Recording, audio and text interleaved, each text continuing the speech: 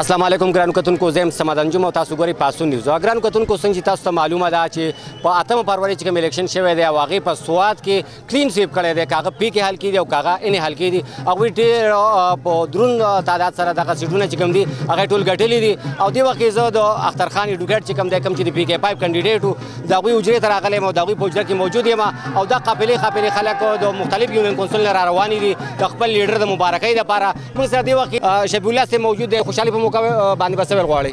ډیره مهرباني د ټول ناول خو تاسو مننه شکریا چې تاسو موږ له ټایم را کودل ته راغلی.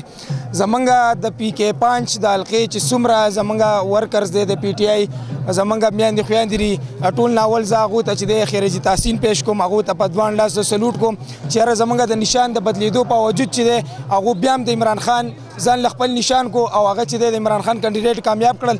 نو زه یو ځل بیا د پی کې 5 او د پوره سواد چې یاره په پوره سواد کې موږ بالکل کلین سویپ کړی دی. زه له ټولو ورکر او د خپل خویندو میاندو ډېره زیاته شکریا ادا کوم. ډېره مهرباني. ډېره مننه. ګرانو کتونکو د خان کلاړي هم موجود دی، د نن پوښتنه کوو څه به د خوشحالۍ په موقع باندې. السلام علیکم جی، ډېره مهرباني. تاسو زموږ سره په دې خوشحالۍ کې شرکت وکړو. څنګه تاسو ته معلومه ده چې په دې علاقه باندې زموږ دې درې ته په اولني ځل زموږ د لوی پارټۍ یو سیټ راغی او الله پاکه کامیابي راکړه. نو زه په دې د ټول پی کې پیپ د مرګرو د خپلو ورکرانو شکریا ادا کوم او انشاءالله موږ ته د دې علاقې د دې درې ستونزې معلومې دي هغه به سر کوو انشاءالله.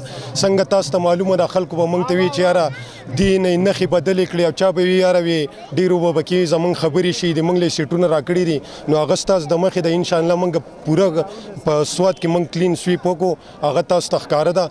انشاءالله مخکې به هم اوس زموږ سود دی چې موږ د دې علاقې دپاره د خپلې درې دپاره ښه پراجیکټونه راوړو او زموږ چې کومې ستونزې دي په هغې موږ کارونه وکړو هغه خپل کارونه سرته ورسوو. مهرباني. ګرانو کتونکو تاسو دلته کې د اختر خان د حجرې نه مخامخ تاسو چې کوم لایو مناظر دي هغه موږ تاسو ته ښایو.